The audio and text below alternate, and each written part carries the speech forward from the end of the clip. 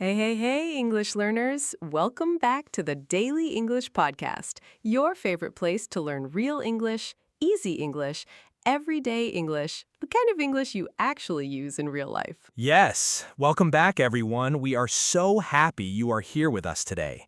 This is the podcast where we talk like real people, share real stories, and help you feel comfortable and confident in English. I'm Corey, And I'm Orus. and together we are your two English friends, not your teachers with a big stick, just your friends who really want to help you grow. Exactly. No boring grammar rules today, just real talk, real English, real life. So, Oris, let me ask you something before we start. Where are you from? Ooh, good question. I'm from a small town, actually. Very small. You probably never heard of it. Try me. I won't say the name, but I'll tell you it has one traffic light. One. One traffic light? That is small. Very small. And that made me think, today's topic is perfect. Yes! Today we are talking about hometowns, where you're from, where you grew up, the place that made you, you. And this topic comes up all the time in real conversation. You meet someone new, and after "what's your name?" the next question is almost always, Where are you from? exactly. So today, we are going to give you all the English you need to answer that question with confidence. And not just answer it, we're going to help you describe your hometown in a way that sounds natural, interesting, and a little bit fun. Listen carefully, repeat when you can, and enjoy the conversation. And before we go any further, a small favor. Yes, if you enjoy this podcast, please click like. Please subscribe to Daily English Podcast, and please share this episode with one friend who is learning English. Yes, share it with that friend who always says, I don't know how to describe my hometown in English. This episode is for them. And stay until the end today. We have a fun community question for you, and honestly, we really want to hear your answer. And listen, stay until the end today because we also have a special announcement and you are not going to want to miss it. Yes, something we think is going to help your English learning so much. So do not click away. The best part is coming at the end. So don't click away. Let's get started. Okay, are you ready? Let's go. Okay, Orus, tell me about this tiny town with the one traffic light. What is it actually like? Well, it's small, it's quiet, and honestly, it's a little sleepy. Sleepy. I like that word. What does it mean? A sleepy town is a town that is very quiet and calm. Not much happens, nothing exciting. Everything moves slowly. So, a sleepy town is the opposite of a big, noisy city. Exactly. My hometown is so sleepy, the biggest event of the year is the Summer Fruit Festival. The Fruit Festival. Wow, tell me more. Every July, the whole town gets together in the square and everyone brings fruit from their garden. That's it. That's the festival. That's the whole event? That's the whole event. And everyone loves it. Okay, sleepy. Good word. Say it with us, listeners. Sleepy. S-L-E-E-P-Y. Sleepy. A sleepy little town, a sleepy village by the sea. Use it for any small, quiet place. I love that. Now, Oris, here's a question for you. Is your hometown boring, or does it just feel boring to some people? Ooh, careful. That's a trap, isn't it? Maybe a little one. Think about it. When something makes you feel bored, what do you say about yourself and what do you say about the town? Okay, let me think. If the town makes me feel that way, then I am bored. The feeling is inside me. Exactly right. And the town itself, the place, is boring. The town causes the feeling. Perfect. So we say, my hometown is a little boring, but I get bored when I visit. Two different words for two different jobs. Great explanation. And honestly, my hometown is a little boring, but I still love it. That's the funny thing about hometowns, right? They can be boring and lovable at the same time. 100%.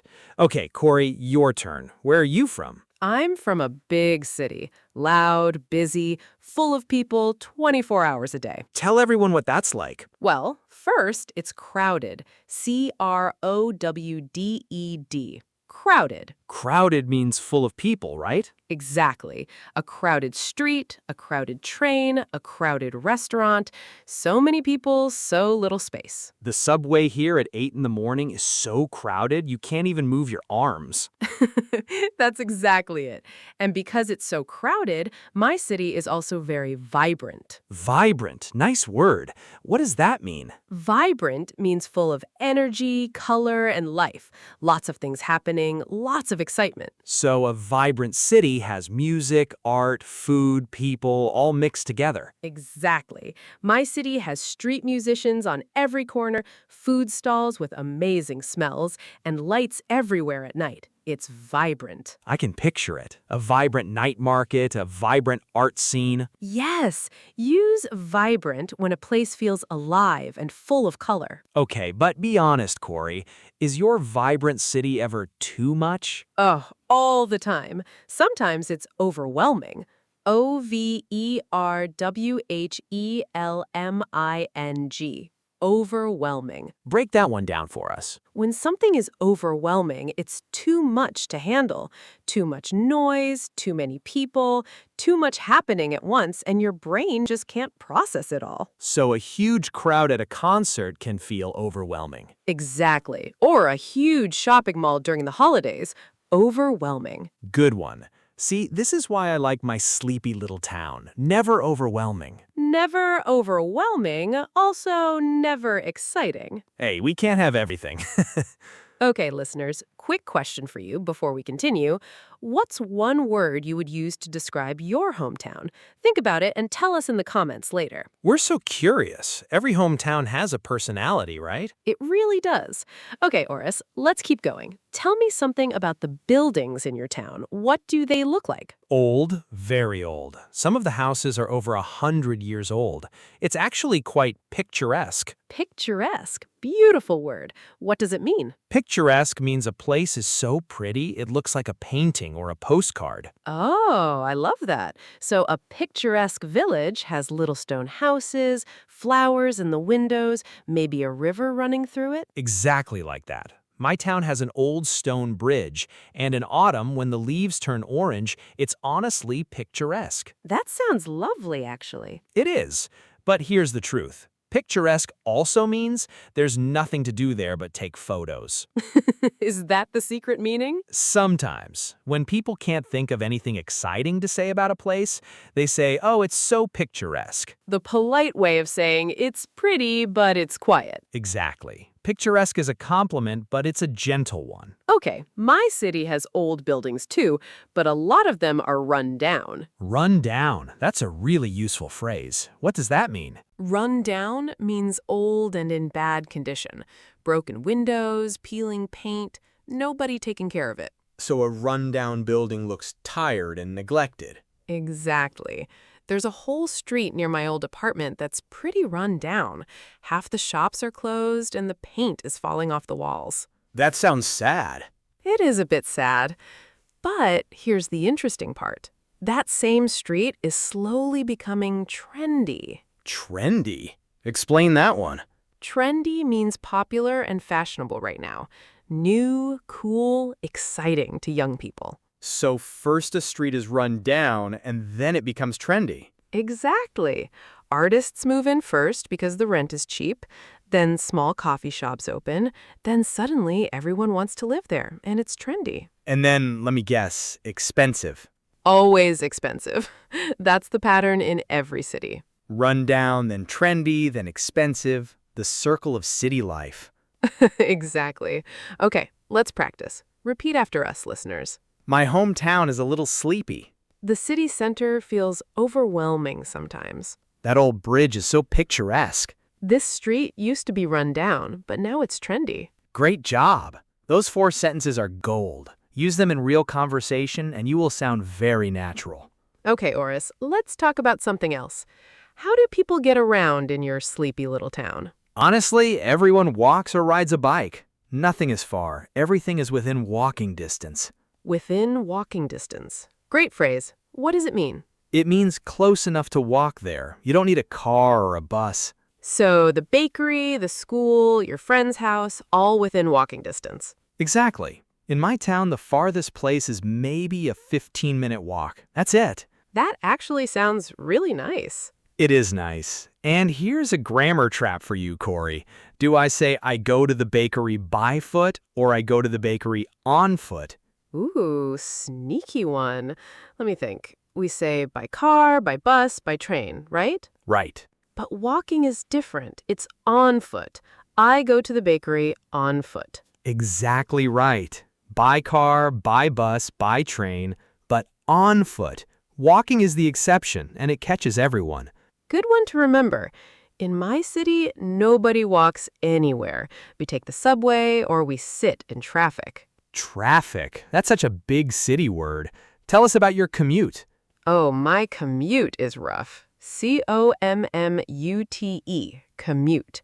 It means the trip you take between home and work every day. So my commute this morning was terrible means the trip to work was bad. Exactly. My commute is about an hour, sometimes more if there's a traffic jam. A traffic jam. That's when all the cars are stopped or moving very slowly, right? Yes, exactly. Too many cars, not enough road, everyone stuck, nobody moving. I actually don't know that feeling. In my town, we have 0 traffic jams, sometimes 0 cars. Must be nice. It really is. No commute, no traffic jam, no stress. Just a short walk and I'm there. Okay, point to the small town. I'll admit that one sounds relaxing. Thank you. Finally some respect for the sleepy towns of the world. Don't get too excited yet. Big cities have their good points too. Oh, I'm listening. Convince me. Okay, so here's something great about my city. It's incredibly diverse. Diverse. D-I-V-E-R-S-E. Diverse. Diverse means many different types of people, cultures, foods, and languages all in one place. So a diverse neighborhood has people from many different countries. Exactly. On my street alone, I can eat Italian food, then Thai food, then Ethiopian food, all within a 5-minute walk. Wow, that really is diverse. It's one of my favorite things about the city. You can travel the world just by eating dinner. That's a beautiful way to put it. My town, honestly, is the opposite. Everyone is pretty similar. We call it a tight-knit community. Tight-knit. I love that phrase. Explain it for everyone.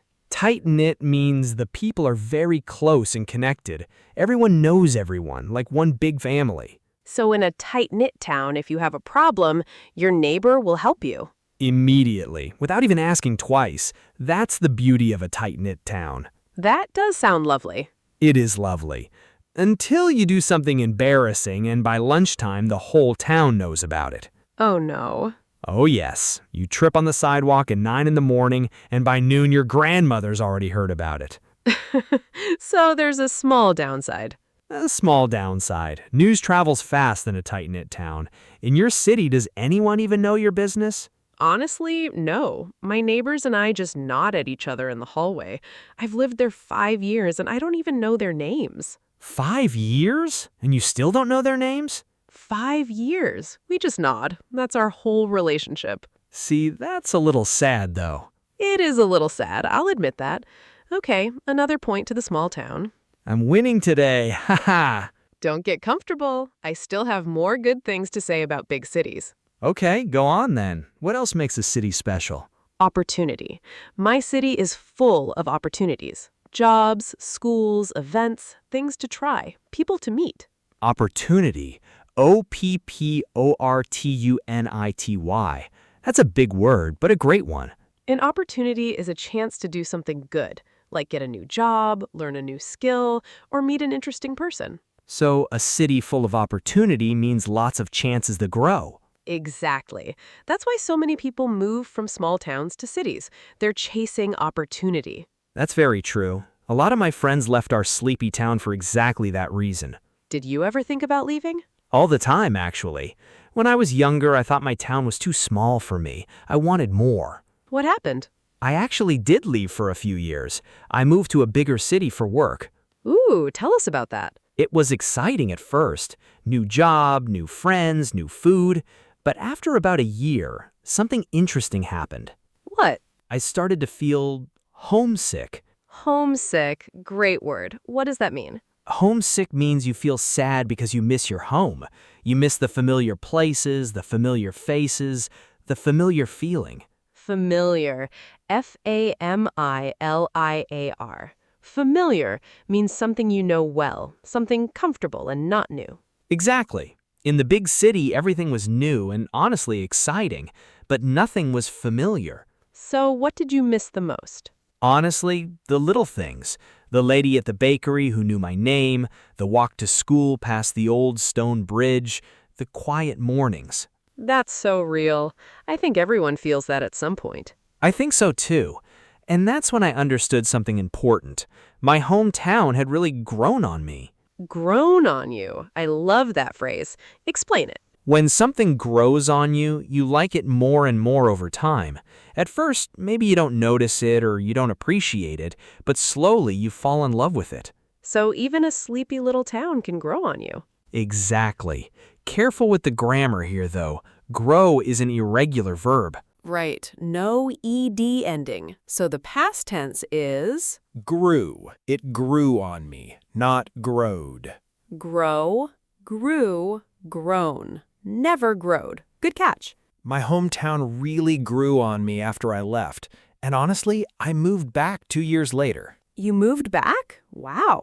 I did, and I've never regretted it. That's such a sweet story, Orus. Thank you. And that phrase, it grows on you, works for anything, not just towns. A song, a food, even a person.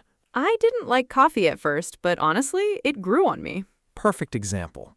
Okay, listeners, let's slow down and practice that one a bit more. Repeat after us. I felt homesick when I lived far away. My hometown is a tight-knit community. The city is full of opportunity.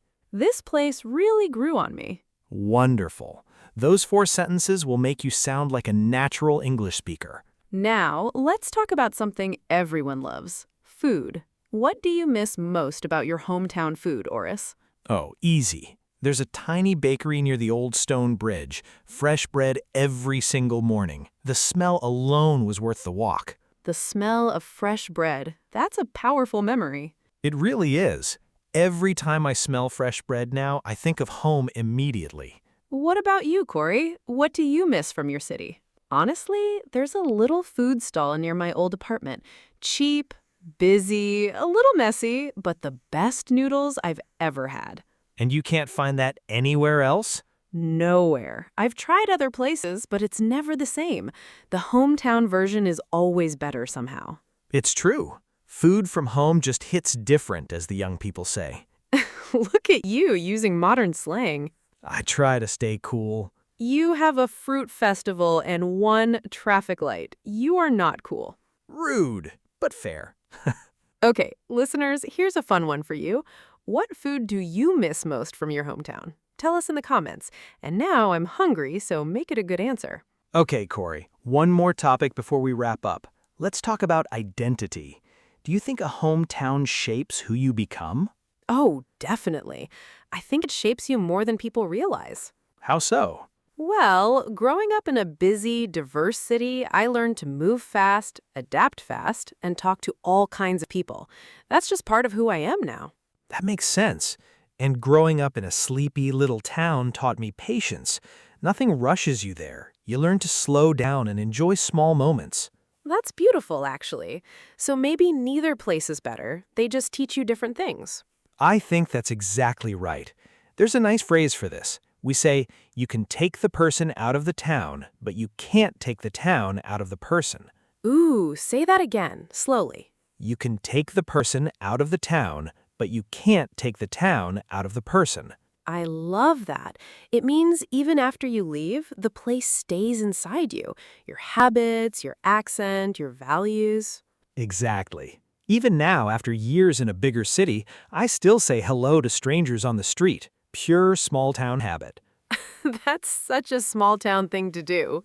I can't help it. It's part of who I am. I think that's the real lesson today. Your hometown isn't just a place on a map. It's part of your story. Well said, Cora. Truly well said. Okay, one more topic, Cora, because I think listeners will really enjoy this one. Let's talk about landmarks. Landmarks, great idea.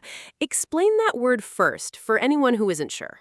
A landmark is a famous building, place, or object that people use to recognize a location, something well known. So the Eiffel Tower is a landmark in Paris. Exactly. And every hometown has one, even a tiny one.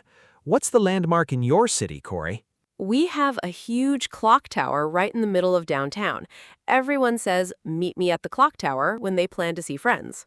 That's such a classic city thing, a meeting point everyone knows. Exactly. What about your sleepy little town? Any landmarks there? We have the old stone bridge I mentioned earlier. It's over 200 years old. Wow, 200 years. That's impressive for such a small town. It really is. Actually, it's the one thing that makes our town famous in a small way. People from nearby towns sometimes drive over just to take a photo. So it's basically your hometown celebrity. Exactly. Our local celebrity is a bridge. I love that. Every hometown has something, even if it's small, even if it seems silly to outsiders. That's such a good point. Listeners, think about your own hometown right now. What's your landmark? A statue, a bridge, a mountain, a famous restaurant? Tell us in the comments later. We really want to know. Okay, next topic. Let's talk about local specialties. Every hometown has a food that's special, something people are proud of. Ooh, I love this topic. Local specialty. Local. Local means from a specific area, not from far away. And a specialty is something a place is especially known for, something they do particularly well. So a local specialty is a food or product that a certain place is famous for. Exactly. My town's local specialty is actually a type of cheese. Very sharp, very strong, made only in that region. Interesting. Do people outside your town know about it? A little bit. People from the countryside know it well. It's not famous everywhere, but locally, everyone loves it. My city's local specialty is a type of street food, a spicy soup sold from small carts on almost every corner. That sounds amazing, actually. It really is. And honestly, no matter where I travel, I always compare other soups to that one. Nothing beats it. That's such a hometown thing to say. Everyone thinks their local specialty is the best in the world. Guilty as charged. Okay, let's practice a bit more before the word tour. Repeat after us, listeners. The clock tower is a famous landmark in my city. That old bridge is our town's landmark. The local specialty here is absolutely delicious.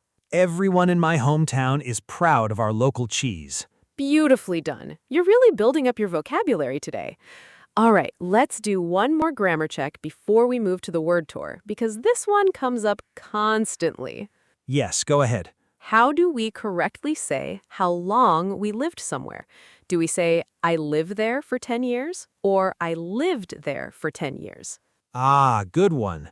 This depends on whether you still live there or not. Exactly. If it's finished, if you don't live there anymore, we use the past simple. I lived there for 10 years. But if you still live there right now, today, we use a different structure. I have lived there for 10 years. Perfect example. And if I moved away from my city and don't live there anymore, I would say I lived there for 5 years and then I moved. Great explanation. Small difference, but it really matters for clear communication. Grammar can be tricky, but once you understand the logic behind it, it becomes so much easier. Absolutely. And listeners, don't worry if this feels confusing right now. Listen to this episode again later and it'll click. It really will. Trust the process and be patient with yourself. All right, let's do our word tour.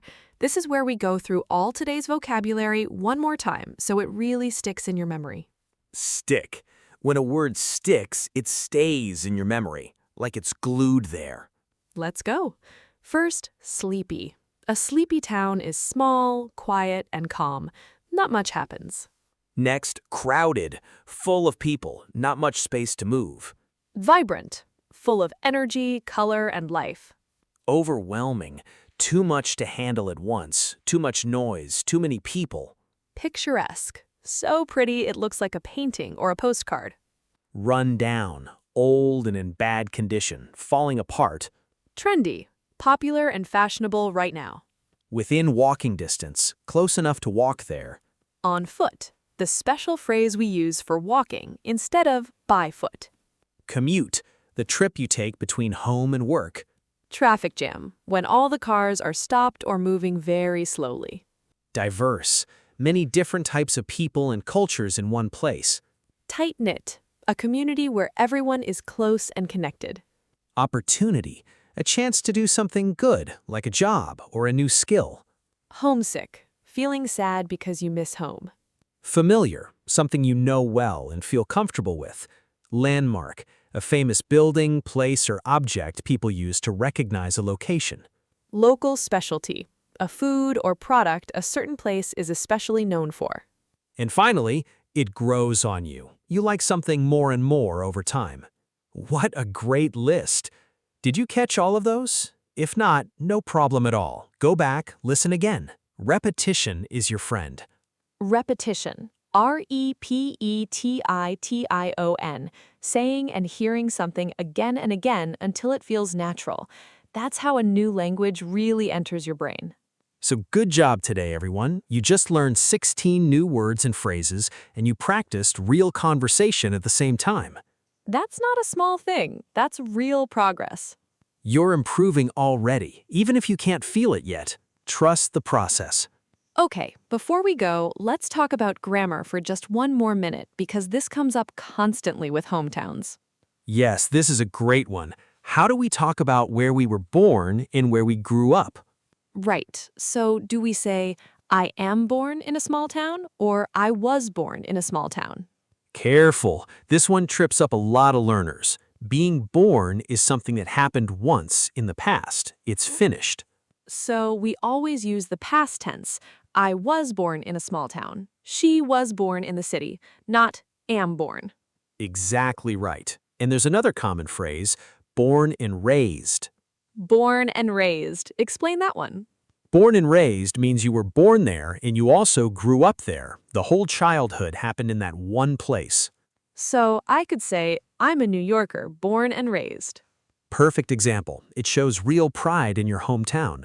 That's a lovely phrase. Say it with us, listeners. Born and raised. Now here's another one. What's the difference between grow up and grow? Ooh, good question. When we say grow up, we mean the process of becoming an adult in a certain place during your childhood. So I grew up in a small town means my childhood happened there. Exactly. But I grew 3 centimeters this year is just about height, about size. Two totally different meanings for a similar phrase. Good thing to remember. Great practice today, everyone. Let's move on to our wrap-up. Okay, final recap time. Today we talked about hometowns and we learned so much great vocabulary. We started with sleepy, crowded, vibrant, and overwhelming to describe the feeling of a place. Then we moved to picturesque, run down, and trendy to describe how a place looks and changes over time. We learned within walking distance and the special phrase on foot. We talked about commute and traffic jam for big city life. And diverse and tight-knit for 2 very different kinds of communities. We also covered opportunity, homesick, familiar, and my personal favorite, it grows on you. We also picked up landmark and local specialty, 2 great words for describing what makes a place unique. And finally, we finished with some important grammar. Was born, not am born. The lovely phrase, born and raised, and of course, lived for 10 years versus have lived for 10 years. That's a lot of English packed into one conversation, and honestly, that's exactly the point. We don't want to just give you a list of words to memorize. We want you to hear real conversation, real stories, real mistakes, and real corrections, so it actually sticks. Because that's how people really learn a language, not from a textbook alone, but from listening again and again until the words start to feel like your own. So good job today, everyone. You just learned 16 new words and phrases, and you practiced real conversation at the same time. That's not a small thing. That's real progress. You're improving already, even if you can't feel it yet. Trust the process. Okay, before we go, let's talk about grammar for just one more minute because this comes up constantly with hometowns. Yes, this is a great one. How do we talk about where we were born and where we grew up? Right, so do we say, I am born in a small town or I was born in a small town. Careful. This one trips up a lot of learners. Being born is something that happened once in the past. It's finished. So we always use the past tense. I was born in a small town. She was born in the city, not am born. Exactly right. And there's another common phrase, born and raised. Born and raised. Explain that one. Born and raised means you were born there and you also grew up there. The whole childhood happened in that one place. So I could say, I'm a New Yorker, born and raised. Perfect example. It shows real pride in your hometown. That's a lovely phrase. Say it with us, listeners. Born and raised. Now here's another one. What's the difference between grow up and grow? Ooh, good question. When we say grow up, we mean the process of becoming an adult in a certain place during your childhood. So I grew up in a small town means my childhood happened there. Exactly. But I grew 3 centimeters this year is just about height, about size. Two totally different meanings for a similar phrase. Good thing to remember. Great practice today, everyone. Let's move on to our wrap-up. Okay, final recap time. Today we talked about hometowns and we learned so much great vocabulary. We started with sleepy, crowded, vibrant, and overwhelming to describe the feeling of a place. Then we moved to picturesque, run down, and trendy to describe how a place looks and changes over time. We learned within walking distance and the special phrase on foot. We talked about commute and traffic jam for big city life. And diverse and tight-knit for 2 very different kinds of communities. We also covered opportunity, homesick, familiar, and my personal favorite, it grows on you. We also picked up landmark and local specialty, 2 great words for describing what makes a place unique. And finally, we finished with some important grammar. Was born, not am born. The lovely phrase, born and raised, and of course, lived for 10 years versus have lived for 10 years. That's a lot of English packed into one conversation, and honestly, that's exactly the point. We don't want to just give you a list of words to memorize. We want you to hear real conversation, real stories, real mistakes, and real corrections, so it actually sticks. Because that's how people really learn a language, not from a textbook alone, but from listening again and again until the words start to feel like your own. So if some of today's words still feel new, that's completely normal. Listen to this episode 2 or 3 times this week, and you'll be surprised how quickly it becomes easy. What an episode. So much real, useful English today. And listeners, we truly mean this. If you understood even half of today's episode, that's fantastic. You're improving 1 episode at a time. You don't need to understand everything perfectly. You just need to keep showing up, keep listening, and keep trying. That's exactly how real progress happens. Slowly and then all at once. Beautifully said. Okay, now it's time for our community question. Every episode, we ask you one fun question, and we really do read every single comment. Yes, we love hearing from you. So here's today's question. What's the first thing you do when you go back to visit your hometown? Maybe it's visiting your favorite bakery. Maybe it's calling an old friend. Maybe it's just walking down the street where you grew up. There's no wrong answer. Just tell us honestly, and try to write it in English if you can. Even one simple sentence is perfect practice. For example, the first thing I do is visit my grandmother's house. See how easy that was? You can do that too. And bonus question, if you're feeling brave, tell us one word that describes your hometown. Sleepy, vibrant, picturesque, something else entirely. We're so curious to hear from all of you all around the world. And if this episode helped you today, if you learned something new, or if you smiled even once, please click like. Please subscribe to Daily English Podcast so you never miss a new episode. And share this episode with one friend who's learning English too. Maybe someone from your own hometown. They'll understand exactly what we mean today. Thank you so much for spending this time with us. 25 minutes of real English, real conversation, real progress. And here's a little homework if you wanted. Try describing your own hometown out loud today using at least 3 words from this episode. Sleepy, vibrant, picturesque, tight-knit. Whatever fits. You don't need a perfect sentence. Just try it out loud, even if nobody is listening but you. Okay, announcement time. We have a full collection of English learning PDFs waiting for you right now. Speaking challenges, vocabulary flashcards, conversation workbooks, native speaker phrase guides, IELTS practice packs, and more. Everything you need to practice English outside of this podcast, all in one place. And right now, 50% off with code DEP50. DEP50. Only for 7 days and only for the first 100 people. Link is in the description. Grab it before the offer ends. And one more thing before we go. You can now find us on Facebook too, so come say hello and join our community there. And we just launched on Spotify. If you listen there, please follow us and leave a quick rating. It really helps more English learners find this podcast. You didn't waste this time today. You invested it in your English and in yourself. Keep practicing, keep talking, and remember, no matter how small or how big, your hometown is always part of your story. Stay curious, everyone. We'll see you in the next episode. This was the Daily English Podcast with Core and Orus. Bye, everyone. Bye-bye. Take care. Your progress doesn't stop here. Click the next video. We have more English conversations, more real stories, and more everyday phrases waiting for you right now.